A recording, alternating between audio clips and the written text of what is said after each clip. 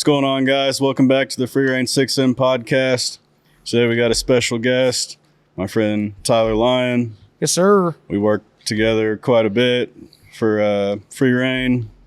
He's a musician. I wouldn't call him a local musician. You're definitely more qualified than that. I've done a couple of shows around more than the local watering holes, but I'm humble enough to still know that I'd love to keep climbing, and Yeah, that's how I feel. At least I'm like, being a dad, man, is like that the home run that makes me feel like I'm 10 foot tall. Mm-hmm. Being a musician has just been amazing because it's an ability to connect with people you wouldn't normally connect with, and just plug into who they are, and having music move people is just feels magical, feels powerful. Mm-hmm. So we'll get into all the places you've been, people you met, type of deal, but we'll start off with where are you from? Man, originally I was born in Harrisonville, Missouri, about 30 minutes south of Kansas City. They have a hospital there? Were you born in like a bathtub Harrisonville or something? Hospital, but it's not the one that's there now. It was actually one that was on the east side of the city, and I was born there. I believe that my grandpa was born there. My family originally migrated up from Shreveport, Louisiana, and my great grandmother came over here from Sicily. So we're like pretty young family as far as America is concerned. Weird to even think that, but So you were born in Harrisonville. Where'd you grow up? So I was in Harrisonville until about third grade. It was 1993. I got to preface it by saying I grew up in a rough way. Mm-hmm. I saw a lot of things that, we ended up moving from Harrisonville in 1993. There was a homicide that happened at my house. Mm-hmm. So we left there and we moved a couple hours north to a town called Bramer, Missouri, which I think today still only has like 1,000 people in it. And I went there in 94, and then eventually kind of settled in Lee Summit in 95, which is where I grew the rest of my adolescence into adulthood there. Graduated from Lee Summit High School, the original Tiger. Yeah. Shout out to Drew Lock, man, throwing touchdowns for the Seattle Seahawks. He's doing pretty good out there. It's a Lee Summit Tiger, dude. Yeah. Yep. Maybe we'll get him on the podcast sometime. Dude, yes, let's go. So where did the love for music or your first spark, or where did that start? Was it Lee Summit or, earlier? Man, if my dad were sitting here, Mm-hmm. he would butt in and he'd say, well, I used to sing to Tyler's mom's belly before he was born.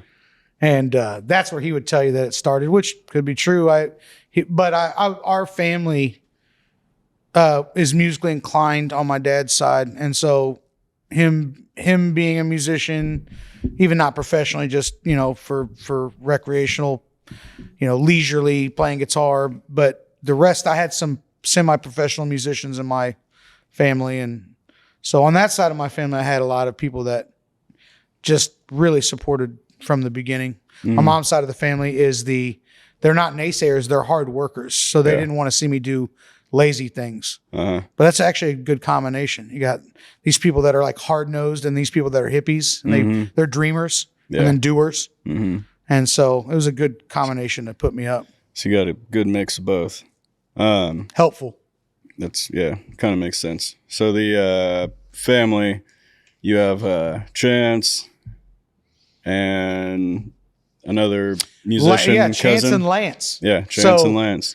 So from two different aunts of mine. So my mom had 6 brothers and sisters. One aunt, my aunt Holly, had my 2 closest cousins, Justin and Lance. Lance and I were in a band called the Leo Project for quite a few years, and that was kind of my first taste of real like success in a band. And we did a lot of touring back in 06 and 07, 08. And it was an awesome experience. But Lance was my drummer, and I bet you he's still a great drummer. I haven't heard him play in quite a long time. And then Chance is my Aunt Dana's child, and he started out doing rap, but the guy can do like any type of music. He's got talent to do it all. So we had a conversation all the way down here. We're talking about doing some music together, but he's one of those that he got further than we did because he learned how to run the computers in front of him. He learned how to be the guy. He didn't need anyone to do anything for him. Yep. And so he's already set up. He's just got to learn how to put it in there, and then I think he can do it. So you'd say that music, being a musician, runs in the family a little bit. You know, oddly enough, though, like I got mine from my dad's side, but Chance and Lance are related to me on my mother's side. So they're like the one weird bridge on my mom's side that's musical. Yeah. And then everyone on my dad's side is. But then the same thing with them. Lance's dad and Lance's grandpa played for the Grand Ole Opry. Okay. And so they were all musical. So it's cool. We like had this connecting point in our family that was related, but two very different places where the music came from. And so Lance and I were very locked in as young people because we just knew what we wanted to do early. And Lance was a bit of a prodigy young. That was what his claim to fame was that we were, he's 12 and playing shows in Westport and down in Kansas City, and they're marking his hands. Yeah. It's great, man. Good memories. Yeah. We were straight edge, man. And our hands marked. So you guys probably used to hang out, jam out together, anything like that? Yeah, man. We would actually go to Lance's grandpa's house where he had all of the kind of retired gear from the Grand Ole Opry. And I had this one black Ibanez guitar with a bloody Metallica sticker. And that was like the band that kind of got me into it was Metallica. And my cousins and I, basically my brothers, we just argued a ton about Pantera and Metallica being the best ever. And I finally got on the right boat, man. Pantera is the real deal. Not saying Metallica's not good. That's still like the start of it all. But Pantera had the attitude and the everything that kind of got me into playing. It was like, I want to be Dimebag Darrell. Yeah. And no one can be, but you can. That's a good one, a good one to strive for. We might have to have that debate on another podcast for sure. Yeah, because you're a Metallica guy, aren't you?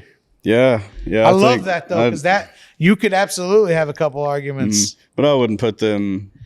They're bigger than Pantera. Much over. Yeah, they are. But I wouldn't say that they're much better. I would funny? say that they're more iconic, but I don't know. Dude, bigger, more impactful, more commercial music. Like I could make a ton of arguments for Metallica because there is like so many, because I did this for years. I am the Metallica guy. But then like I think what it was that Pantera had a bit of themselves that wanted to be Metallica. But then they had this X factor, which was this guitar player that was like an alien. Yeah. He did things that no one did on the guitar. Even Eddie Van Halen, who he admired, was in awe of him, and those types of guys, they don't come along often. And he changed my life forever. And it was like the first musician Dimebag Darrell was the first musician that I was like, I need to know everything about what he does. Like all of the Pantera home videos. That was what made Pantera cooler than anything, was their connection to behind the scenes, home. They always called them the home videos. Yep. Those were, if Metallica wanted to like not only rule the world like they did, but take over all the planets, they would have did home videos. But the problem with Metallica was that they were having real behind the scenes issues. Yeah. They were having drinking issues and fighting some real demons. So they didn't want to, but they did Year and a Half the Life of Metallica. Do you remember that? Did you ever see that? It's an awesome documentary that they did in the late 2000s, late 90s, early 2000s, something like that. And it was a vision into them recording the Black Album. Okay. So legendary album. And how sporadic. I mean, I couldn't imagine just not showing up to the studio because I didn't feel like it today. Yeah. What? It cost thousands of dollars to be here today. Yeah. That album was $1.5 million to make. Yeah. My largest album I've ever done to date was $77,000. So it shows you like, yeah. Wow. Yeah, that's crazy. So maybe that, or what was your first memory of music? Obviously, probably not in your mom's stomach with your dad singing to you. Man, I wish I could remember. No, I don't. Yeah, that'd be some crazy shit. Yeah, too much. That's why they don't allow you to remember that far back. Yeah. I would say the first, funny enough, man, some of the first great memories are like stuff like taking a recorder home in 4th grade and everyone hating it because it's annoying. Mm-hmm. But then at the same time, like I could make a tune on anything. Yeah. And knowing that I could do that, I was like, there's something here. I didn't play guitar yet. Mm-hmm. And then I played saxophone right after that for 5 years. Okay. And when I played saxophone, another instrument that's absolutely just the sexiest thing ever. Like the tone of the sax is so badass. Mm-hmm.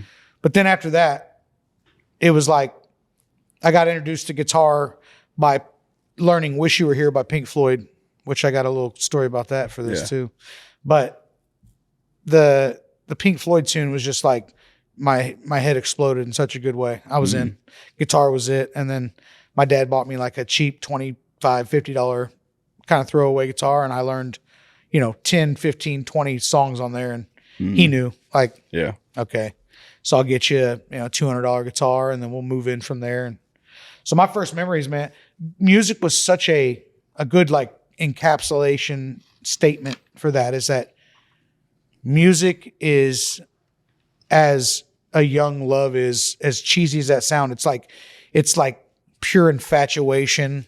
And like that, I can't take my eyes off that girl. Like, oh my God. And that's what happens. And then you get so intoxicated by it that you're in. You want every part of it. And so early memories were just intoxicatingly good about how I got in. Yeah. When you were getting started, what did music kind of like do for you? Some people like Jonathan Taylor, maybe music, provided that outlet. Because he like had struggles, get like away. abuse. Like for you, like what, Well, I went through a lot of that stuff too. It's not a lot of stuff that I usually share, but I went through that too. Both of my parents struggled with drugs, and my dad went to prison when I was in high school, which was after my mom had the incident in her house where her boyfriend was shot and killed. And so there's a lot of sputtering going on. I had a real bad volatile relationship with my stepdad, and which all of these people I have wonderful relationships with now. So it's tough to talk about because you don't want to ever paint people in bad lights, but people change, people grow, and all of those people did. But I found myself doing the same thing that Jonathan Davis did. It was first you find yourself running from something, but then you'll never find where you're going if you're not running towards something at that point. Yeah, that's when you got to turn around. Yeah. Good shit. So maybe, probably the good stuff that people want to hear is, what your accomplishments, what are, some of your biggest moments? That's a great question, man. I mean, top 3. I would say not in any particular order, just to try to get them out there without thinking all day. Playing for the Chiefs Super Bowl 54 from Kansas City. Yeah. Was awesome. Down here in the city, right at Power and Light. Was just an awesome opportunity just because A, I'm such a big Chiefs fan, but B, we haven't done this in 50 years. So like the first plug into this is going to be, the largest rapper in the city and myself. And I was into that. But other things, man, who was that? Tech Nine. Yeah. Tech Nine was so it was me opening up for Tech Nine on the Friday before the Super Bowl, and then right before the Super Bowl, I did my performance before the Chiefs played. So, it was awesome because obviously we won the game. We had the comeback. It was like the most magic thing, man. Yeah, but outside of that, there's been a ton of great stuff. I did a month with a band called Camp Freddy in Los Angeles, which was a super group cover band. I never thought that this would be one of the coolest things I ever got to do, but it was. It was Matt Sorum from Guns N' Roses, Duff McKagan from Guns N' Roses would play, Dave Navarro from Red Hot Chili Peppers, Billy Morrison from the Cult, and Mark McGrath was from Sugar Ray was the band. Yeah. But what made it amazing was every week it's in LA. So we just did a tour in LA for the month. And we're playing every night with I sat down and I had conversations with Chester Bennington and we did shows with Juliette Lewis, the actress, and Soul Earner from Godsmack was there. Ozzy Osbourne did a show with us with 200 people. Damn. So it's like a show with Ozzy to 200 people. That's badass. And we were opening up for the band every night. And then, but a ton of people, Billy Gibbons from ZZ Top, just people that I was just like, this is nuts, man. This is nuts. And doing that was an awesome experience because what you also got to learn was do you really want to do this? This is the top. These are the top guys. You know what they're doing? Going back and playing cover shows. Yeah. Because they're playing stuff they like to play. That's all they're doing. They're making a ton of money, but they're also doing what you would perceive if you're an original artist. You're like, no, I don't want to. You want to what? Pay homage to the people that got you here. You should do that. It's pretty fun. Just don't take yourself so seriously. Yeah. I struggle with it too. I'm pot calling the kettle black over here, but it's like people do have a tendency to get in this lane of like, well, man, I can't be perceived in this light. And I do it too, but man, if we would all just kind of take a deep breath and like allow each other to be natural, no one would have to breathe the anxiety they breathe to be something different. Just come out as your artistry and like you're already different just in the breaths you breathe. Like there's no one that I've met that is like you and you don't have to say anything or do anything. Yeah. And so then just make your music and be your artist. And I mean, that's what Free Rein is about. Yeah. It's like, you could just be you. I don't care. So being different, it's a huge part of being an artist. We gotta get that huge joint. part of just being successful in any place in the world. It's being different, standing out. Like growing up, did people kind of recognize that maybe? Because you probably played. Were you in a band like in high school? Yeah. Okay, so like people obviously knew you were different. Not everybody's in a band, but did people kind of predict that you would? Yes, there was people that did, but there was also, what's weird though is that being in a band is like a cycle that's interesting because depending on who you are and where you've come from, being in a band means something different to you. So if you're a lady that's been with a guy that just couldn't pay the bills and all he did was he was a SoundCloud rapper, then being in a band sounds terrible to her. But then if you're around people that really love artists and they love people who express themselves, they love it. Or, you have a family like my family who live down, they're more simple people, they're country folk. They were just supportive no matter what. If I'd have been a trash man, they would have had my back. Yeah. And then you have my mom's family who I felt really good when I garnered their respect because they're hard-nosed a little bit. And it was like, I'd show my mom cover songs like that we did as an original band. You got that one cover song you do every album or whatever. We'd show her that cover song and she was always honest. She goes, I hate that band. I hated that band when they came out. And I'm like, all right. And so I never got the I never got the unearned attaboys. And I thought that sucked until I got a little older and I was like, yeah, I should have. You played your card right. Yeah. So gaining that respect at that point from your family, how did that help you? Because any entrepreneur or business owner or anybody who's trying to do, say you got it right there. Do something. Once your family and the people around you are like, dude, you got it. That's exactly. Then you're like, okay, thank you for that approval. Not that you're always looking for it, but it does. It hits you. That's exactly right. When you're young, you don't even have the capital to do what you're wanting to do. So you literally are going to, when you're in your teens, early teens, your parents are going to, if they see what you're doing, they're going to help you. And if they don't, you're going to be working uphill all the time against them. And so, my dad was always a musician. So he was going to give me, this and that to help me out. My mom made a little bit better money. So she came along and was like, oh, here's the equipment you need to really flourish. And then as a young man, you start to figure out how to wheel and deal and make it work. And most musicians too are like looking for an alternative type of job because they don't want to. They're hard to fit into certain boxes. And people will be like, oh, some of them are lazy. It's like, well, some of every sector of people are lazy. But then there are people that are willing to work certain ways extremely hard. And in other ways they're just not willing to do that. They're just like, no, I'm not going to go, do this. I'll sweat out for 12, 15 hours in the studio before I go do 8 hours of swinging that hammer. Yeah. Makes sense. You know, and so, but you figure it out. You're like, I'm going to do this in this way because it's who I am. Doing exactly what makes you happy.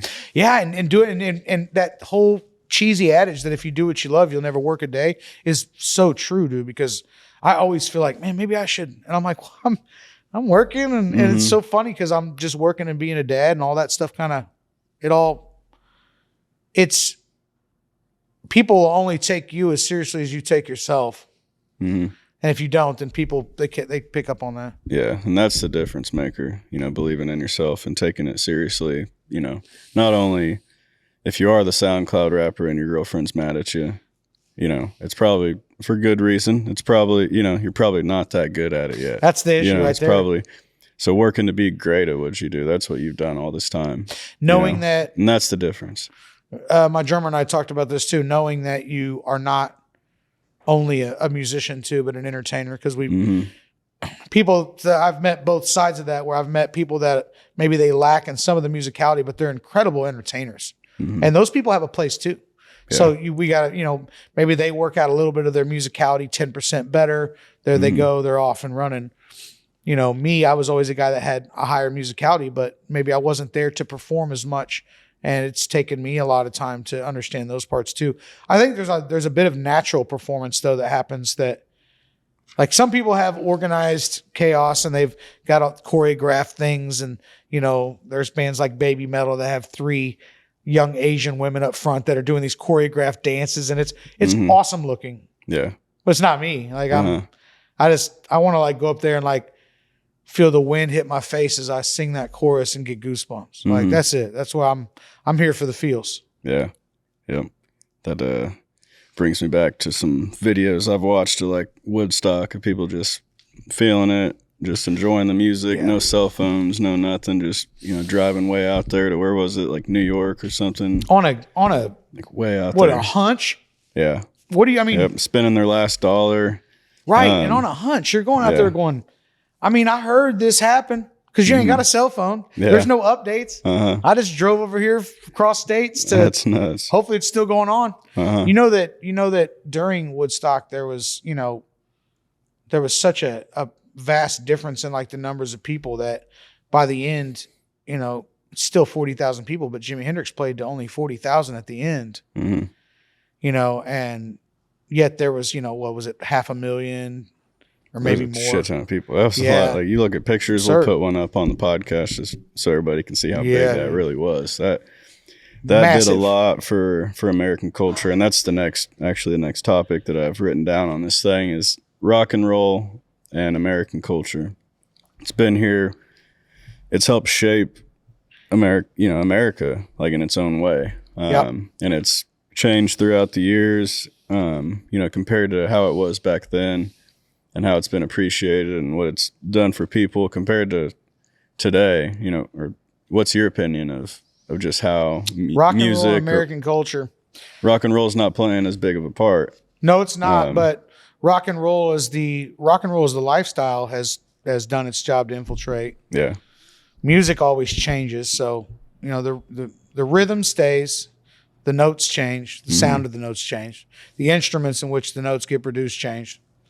But there's a lot of similarities. I mean, and I'm one that, you know, I'm as critical. I feel like I have a love-hate relationship with a lot of different elements of, you know, I mean, I've been in part of more hip hop songs than, you know, most of the musicians I know, but I have a love-hate relationship with even hip hop because there's stuff that I like in rap. There's stuff that I'm like, man, and then it's just even down to the days. It ain't even about what I like permanently. It's like today I'll be in a mood where I want that confidence boost, so I'm going to listen to Roddy Ricch and have this like vibe. And then there's days I'm like, I can't hear that because it actually pisses me off. Yeah. Because I don't want to hear I want you to be humble today. So I'm going to listen to something that's got more humility. And that's what's cool is that if you can see that, you'll kind of, but the American culture thing with rock and roll, I think rock and roll, when you say that to me, I picture Easy Riders in the 1970s.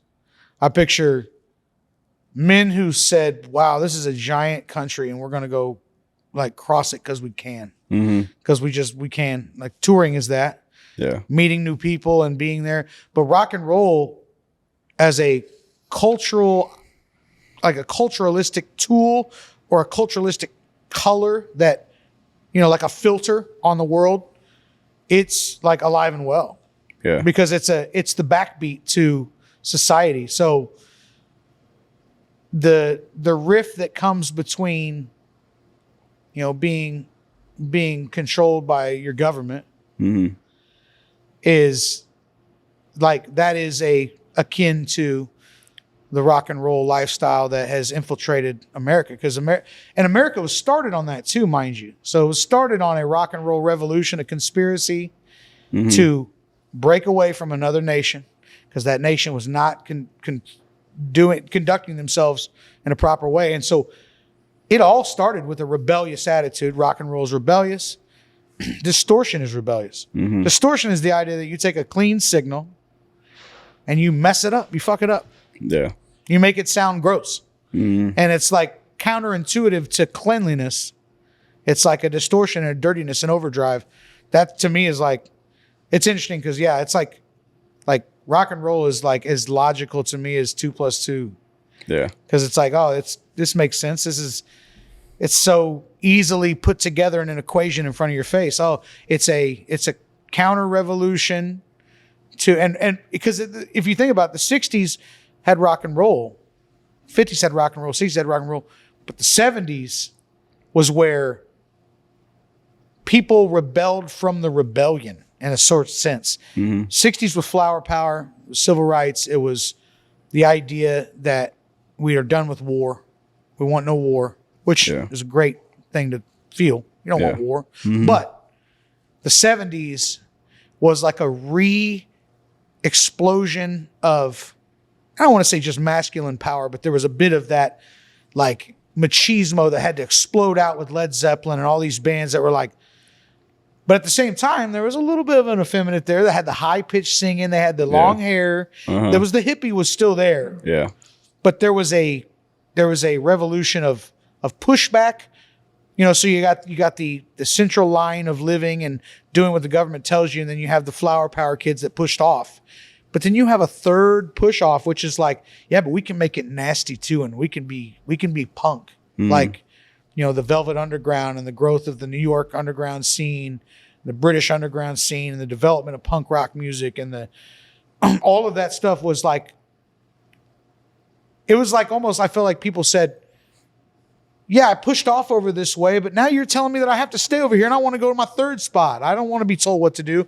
So rock and roll just kept like folding over on itself in a good way. Get off me. Get off me. I'm moving over here. Yeah.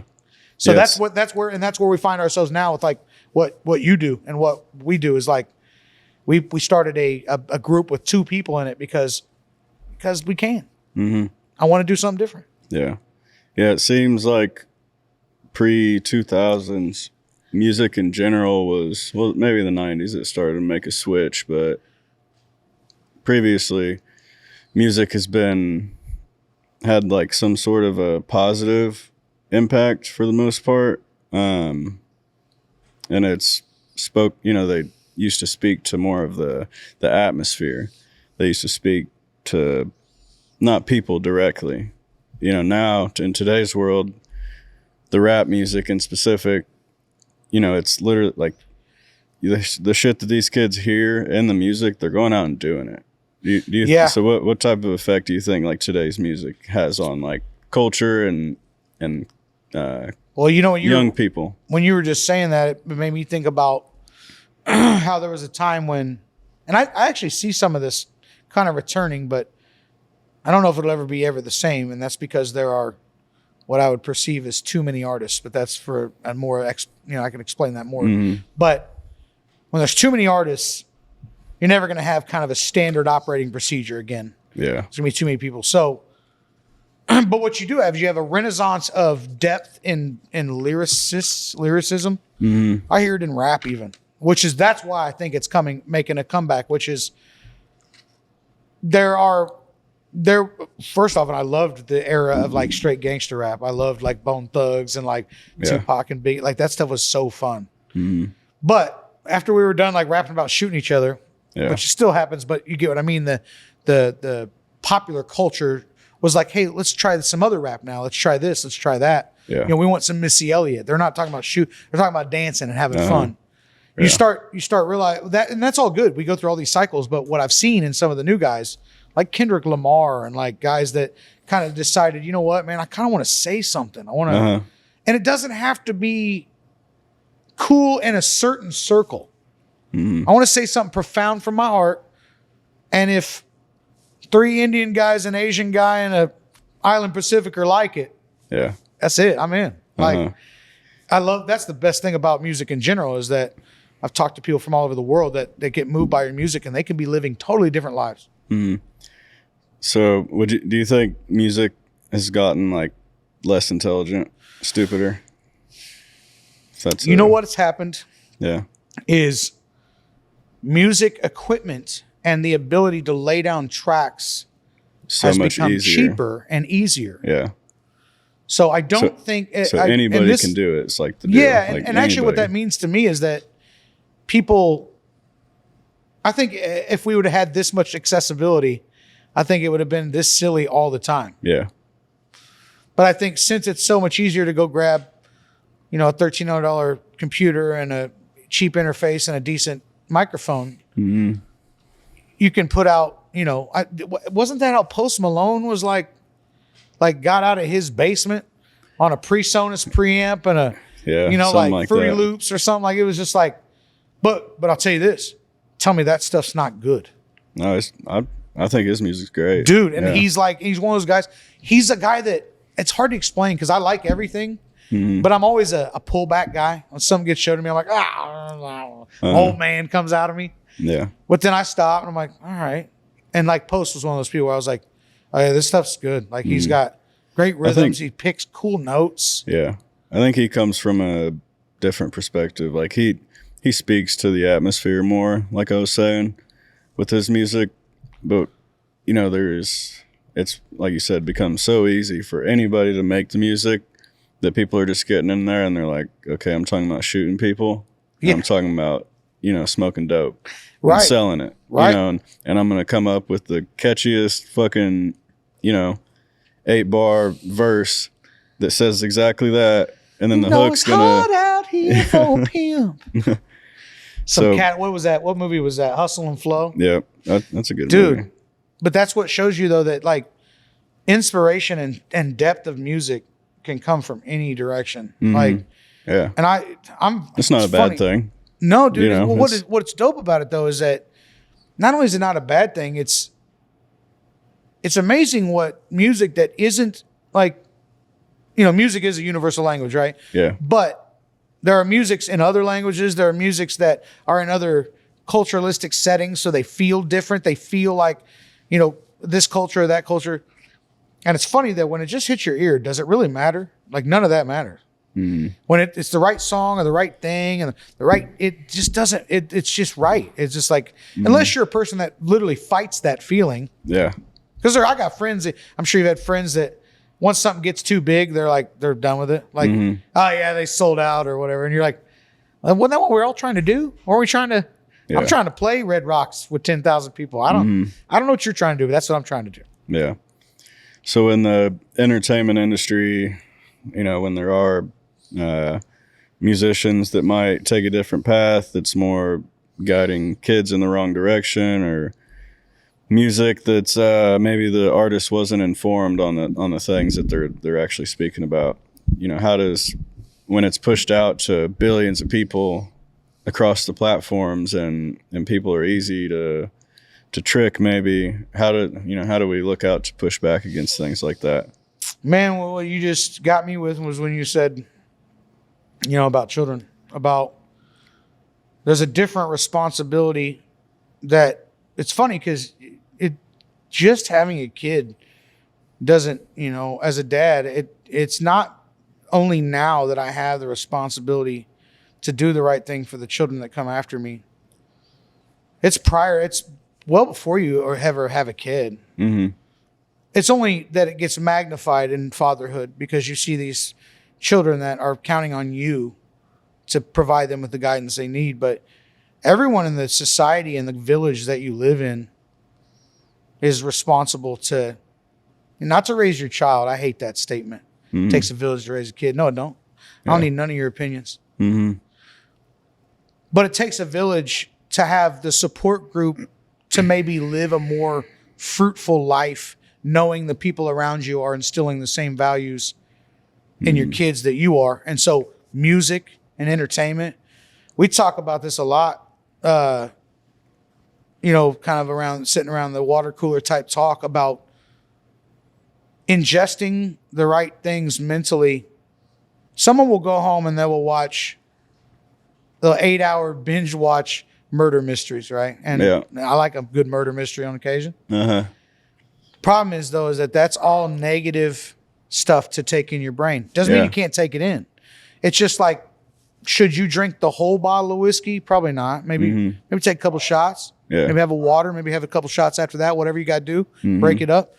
It's the same thing with the things that you ingest in your mental capacities. You cannot, all the music you take in, if you're listening to constant, I don't want to call out any bands, but like particular bands or styles of music, I think, and back to what you said about like the properly influencing, I think takes like being articulating down to the basic building blocks to the people that you care about the most to slowly produce the wall that is the mosaic that you're trying to show them how to be a good person. Yeah, that makes sense.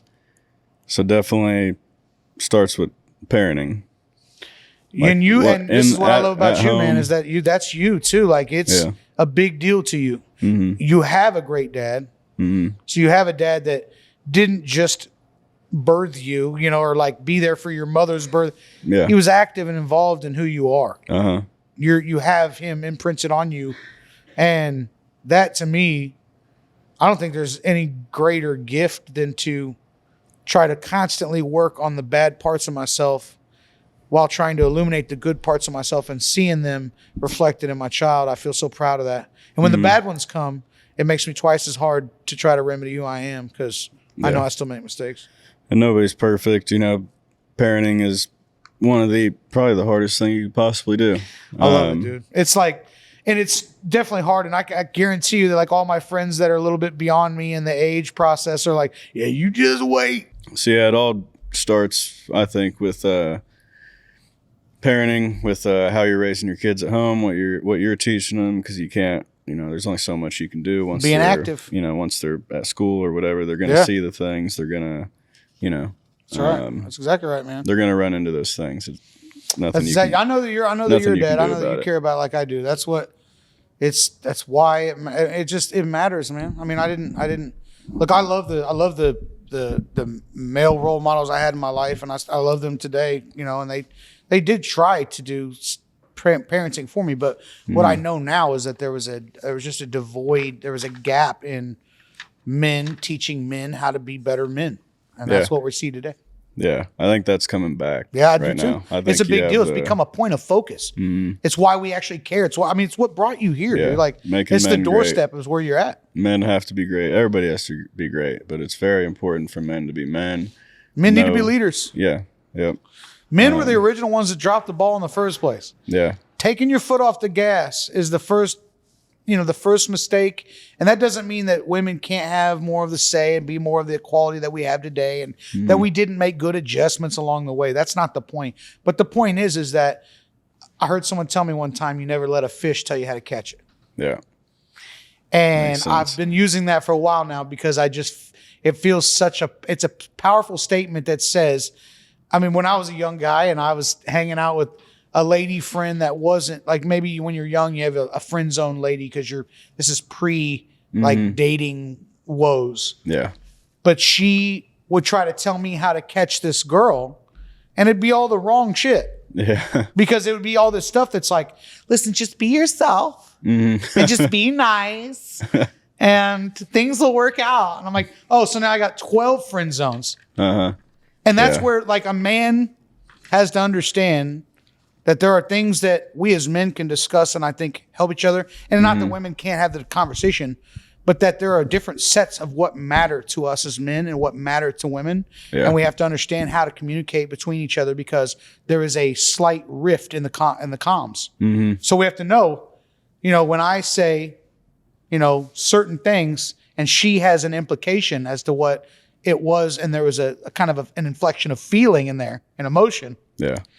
Okay, now I understand where you're a little over here, I'm a little over here. We can find our way back to the middle. But yeah, it's that stuff I could go on for hours, because that stuff fascinates me, how we have been around each other, men and women, for thousands of years, still can't communicate. Yeah. Hilarious. It's crazy. Yeah. It makes me love my kid, though, damn it. Yeah. I love you, little girl, but I know that it's going to be the man and the woman communicating, and there's going to be some good and some bad along the way. Yep. So before we wrap this up, you've getting back into just more of the things you've done, just to let everybody know. Tech Nine's a big deal. We're here in Kansas City. You have a good relationship with him, and you guys have made a lot of music together. How did that relationship kind of come to life? Man, I met Tech back in, I want to say that midway through 2001. So it's been, a couple decades strong, and we had our first local band at the time, and we exchanged demos while he was recording his Angelic album, and we stayed in touch back then, and up until I did my first song with him in 2006. But now, years down the road, it's definitely become a more friendly relationship, and something that I've grown with those guys. I've come into the fold with them. I was never a strange artist. I always had my own thing going, so I never really was seeking any type of deal with strange or anything like that. Yeah, that's probably good. That's probably a good I mean, deal. And look, there, that's kind of how deals are too in general. There's a bit of giving up a part of yourself to be a part of a bigger cog and a machine, and it's nice to. That's why you see a lot of guys go out and they pay their dues with their label, and then they purchase their masters back and they go off on their own. Yeah. Because if you're only selling to 10,000 people and the label was putting you up to 50,000 people a year, you're still making more of the percentage of your money with less people. So you kind of run it yourself. But working with them has been great too. I mean, everyone runs into things where you have disagreements and you have issues. But I will say, as a compliment, I appreciate the idea that they've treated me like a brother in the aspect that we've had loud words. Mm-hmm. Yeah, it gets tricky in that industry. Well, we've had like real conflict and been able to pull past that, come back years later, and I'm working with them again, and I have a lot of love for Tech Nine himself. That's the guy that business can be business, but I have a lot of love for Tech and always will. So when you're in that world and you get to that point, how tricky does it get for artists that, maybe you're an artist, you just create and create and create, and then you walk into this situation where it's business. How tricky does it get, and like how weird does it get for you to give up that piece of yourself to be a part of this well, I think the key to it is that it won't be weird, and this is why. Because prior to ever getting to the step where you're going to a label or going to work with a larger label like that, or a music company or whatever, before you ever go to their business is just consider it a large magnifying glass. Mm-hmm. And so before you ever reach the doorstep of that business, you will have already decided what your goals are. You will have already built your business model the way you want it to be. Mm-hmm. You will have already built your message and your look and your image. You will have basically built a completely running machine that needs no help except for this giant company over here has ABC, NBC, CBS. Yeah. They have the absolute biggest connections. Yeah. But this is such good news for everybody, though, because some people are willing to go into that. And they want to go into that, and they should, because that's what they want to do, and they want to reach for that height. Go do it. Yeah. Go do it. There are also, this is a common misconception, not really for you because you've been around this, but for other people that aren't really that close, the common misconception is that there's only two types of musician, right? It's like the guy that lives in the Hollywood Hills and then the broke one. Mm-hmm. And it's like, no, there's a lot in between, right? Dude, a ton. There's a ton of guys that make like hundreds of $1,000s a year that you'll never know their name ever because they're just writing music and selling it. And there's guys like me that, you know, I'm not making that much money, but I'm making enough that I'm very proud of what I'm doing, and I'm very happy, and I'm like fulfilled, and I want to keep building, right? But I also don't want to be like, you know, first off, I'm never going to be Taylor Swift, but I don't want to be there. I never would want to be there because I don't want to be that important. Yeah. I want to be able to like be the weird kid that disappears if I need to. And like, you know, like I too much with that great wealth comes great responsibility. I want to be successful, but wealth isn't success. That's not a direct You equal. want to live happy in other areas of life as well. You know, everywhere Taylor Swift goes, there's a camera on her. She's got to answer a question. She's a great example of like the top, right? Like the top of the mountain, you know, and like she's an example of like, wow, dude, like you don't get bigger than this person. You know, Michael Jackson's gone. Yeah. So now we know what Britney Spears is in here twirling with knives. So something happens that drives you over the cliff after too much. I don't want any of that. So what we're talking about big names now. Give me like your 10 favorite biggest names that you've been around at a show or talked to or played with. Man, did a show with, you know, the full Linkin Park, played shows with Rob Zombie and Shinedown, did shows with Fall Out Boy, Paul Wall, played a show with T.I. That's badass. Did shows with Sir Mix-a-Lot. Did shows with, I think that's my most favorite thing about what I've done is the eclecticness of it. And we have country music out now, and I want to go play some shows with these country boys because I know we can hang with them.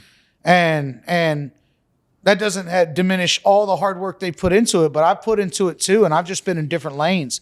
I did my album with Peter Keys from Leonard Skinner in Nashville a couple years ago, and right after he did my album, he produced Mudmouth for Yellow Wolf.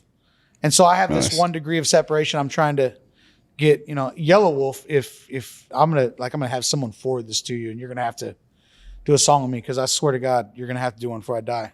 Yeah. But that's like one of my, you know. But I would say, you know, the thing I told you about Camp Freddy and playing with Ozzy and playing with Slash, having Slash come up to me after an Evelyn Wake show and seek me out to tell me you love the band. Meant a lot to me because that was something that you see someone, he has to do none of that. He could just sit back there, play his show and leave, and he could do all of everything he wanted to do. Yeah. But instead he came down the hallway, came down the elevator, came out to find us out back. And I was like, this is rad, dude. And so I was going to tell you earlier about the Pink Floyd thing before I forgot. Yeah. Is my buddy just got back from being out with Roger Waters and Pink Floyd and brought me back this signed poster with Roger Waters signed it. And Pink Floyd's like my favorite thing of all time. And I never imagined I would have anything from them because you're not going to any VIP meet and greets with them or anything. You know what I mean? Yeah. They're at an age where it's like, bye. Yeah. They're probably too tired. Yeah, dude. Bye. I'm going to play 8 shows in a tour and I'm going to make gobs of money and go home. And so he brought me a signature from him. And I just was like, man, I'm so forever grateful for this. These are the people that got me here. And I just they give you an energy to want to get back and work harder. What's the biggest tour you've been on? The Tech 9 tours were pretty good. I played the biggest shows of my life with Tech 9, which is crazy to think because I did well with. He plays with big Leo shows Project. though. Those are big shows. Yeah, well, the first show I ever did with Tech 9 was 45,000 people at Knotfest in Anaheim, California with Slipknot. Damn. And it was that's pretty sick. And it was a trial by fire. Get out there. We've never done this. Try it. You ever get a chance to talk to Corey Taylor? I've done music with him, but I have not gotten a chance to talk to him. That's another guy that, if I did get to talk to him, I would say, hey, let's do another song together. Because those guys, I did a song with him. I did a song with Jonathan Davis. And Jonathan Davis is another guy too. And I'm like, one of my biggest wants in music is for the guys that are now producing, like, let's say band B that was influenced by band A. Yeah. Band B is now producing music on their own and recording themselves. I want band A to go out, record these albums with band B or producer B that was literally created by band A. I'll give you an example. Adam D from Killswitch needs to record the next Metallica album. because Killswitch would not be Killswitch without Metallica. And if he took what he knows is the best parts of Metallica and allowed them to do an album, I think it would be one of the best albums I ever created. Be a cool way to do it. Yeah, and you got a lot of guys that have been influenced that could go pay it forward, pay it back in a way, because it's like, but it's hard because there's a little bit of an ego crossing there. Because it's like, well, I showed you how to rock. And it's like, well, yeah, but like. That might be how Metallica would react to that. Dude, totally. You know? I could totally see that. But my only counter argument would be, you're damn right you did. And I remember the best parts of what make you rock. Yeah. And I want to remind you of them. No, yeah, that would definitely be a cool way to do it. Dude, it'd be cool. So last thing before we wrap it up, what can people expect from you moving forward? Well, we have a lot of new stuff in the works. We've got some new Evelyn Awake music coming out, which I'm very excited about. It's been like a long time since we've done new Evelyn Awake music. I would love to shoot those fucking music videos. Yes, for sure. Yes, I really want to do that. We dropped that. I'm actually going to be putting out some new Tyler Lyon music as well. I have 2 or 3 new songs coming up with Tech Nine. I've been kind of bothering him about really, just kind of pulling me up in a way, kind of just telling him, hey, look, there's some opportunities here that I'm kind of the age you were when you started this journey, and I could use your help humbly, and so, and I think he'll absolutely come through. I think it's going to take time, and there's, everything's got to be measured out, but they can expect new music. They can expect new merch. They can expect a thing called Evelyn Awake Stories, which is a series of movies that I wrote, treatments for. Evelyn Awake was based on a 3-tier movie that I wrote. And so I have now blocked those out into webisodes that I'm going to do like an audiobook form. Yeah. And I've also, using some different technologies, I've created some illustrations for them too. So that's badass. A lot of Evelyn Awake stuff. And then, the Tyler Lyon music thing, we've got some hard rock music and some country music, and we're performing. We do, anywhere from 150 to 200 shows a year. We're really busy.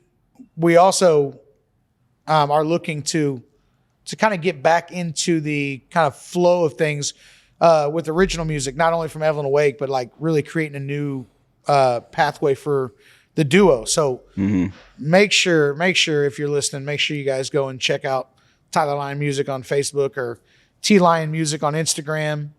And you're on Spotify. Yeah, everywhere where you stream your music at, you can find me. And, whether it's me or any other musician, you have no idea how huge and how so powerful it is just to share a song or just to stream a song. Do it once a week. Help. Like, you're literally putting your buddies in a position to win when you're able to share a tune and push a band. And it doesn't have to be me, because I'm an advocate for it all. Yeah. It just needs to be somebody that you believe in, because 1 turns into 5, turns into 10, turns into 20, turns into 500. And before you know it, your video has 20,000 likes, 50,000 likes, and you're putting yourself in a position to have success. And it's because the people that believed in you, all they did was took the time to push something on their phone. Press a button. Takes very little. Press those buttons. Hit like the share and subscribe button, man. Right here too. Free Rein. Yep. Well, Tyler, I appreciate you for making the trip up here. Dude, you guys, hey, we appreciate you guys having us out anytime, man. We'll have to. And then side note, read the book Ordinary Men. I tell everybody, read the book Ordinary Men. Learn about the inner monster in you and learn how to harness it. I will definitely read that. Thank you again for coming up. We'll have to do it again. Thank you guys for watching. Free Rein. Woo! Free Rein. Let's do it.